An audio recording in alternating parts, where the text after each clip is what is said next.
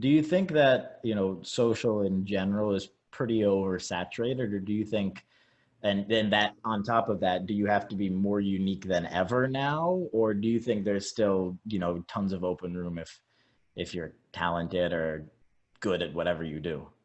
Yeah, I think especially now with how Instagram's algorithm is run and how it's really hard to get seen now, I think you probably do have to have something viral worthy to post, otherwise you might not get seen. But I think for OGs, like I'd almost include myself as an OG, and then there'd be like other OGs like Samurai, and I don't really follow anyone else, so I don't really know. I don't know, but people who have been on social media for on Instagram for at least like 6, 7 years and have been big on there and known. I think it's easier because you're always going to be like, people remember the name, whereas like up and coming now would definitely be hard because like you said, I think it is saturated now. So you have to really stand out and have something special about you to grow fast right now. But back in the day, it wasn't that hard. Because back All in, I had to do was dribble some basketballs in a crop top and I fucking made it. why do you think that is? Because there wasn't that many. There was always way better girl ballers than me, but they didn't look like me. And I'm not trying to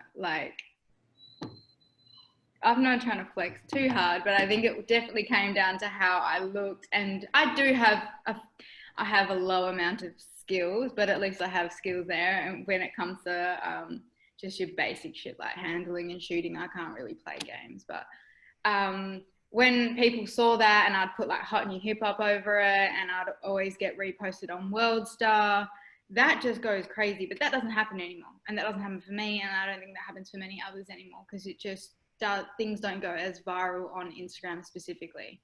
But other platforms maybe, yeah. Interesting. Now, you were talking about having to send out cease and desist for people. Is that Yeah. something you have to do frequently? Um, Not all the time, but I've definitely had to send out quite a few for people who were like making their own merchandise with my photos on it and stuff. Oh, And damn. so, yeah, you have to stop people from Yeah, making money off that's a you. no. That's a big no-go. Yeah, and then there would be the odd occasion where people were making like premium Snapchats that weren't me, but they're taking my OnlyFans photos and selling them on there.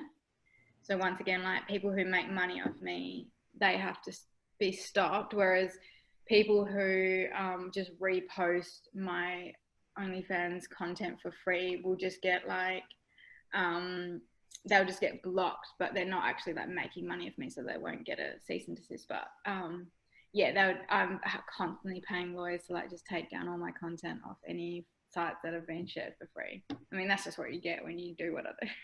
Yeah, it makes sense. No, it's smart that you go after them because that I would imagine helps the main business back over again.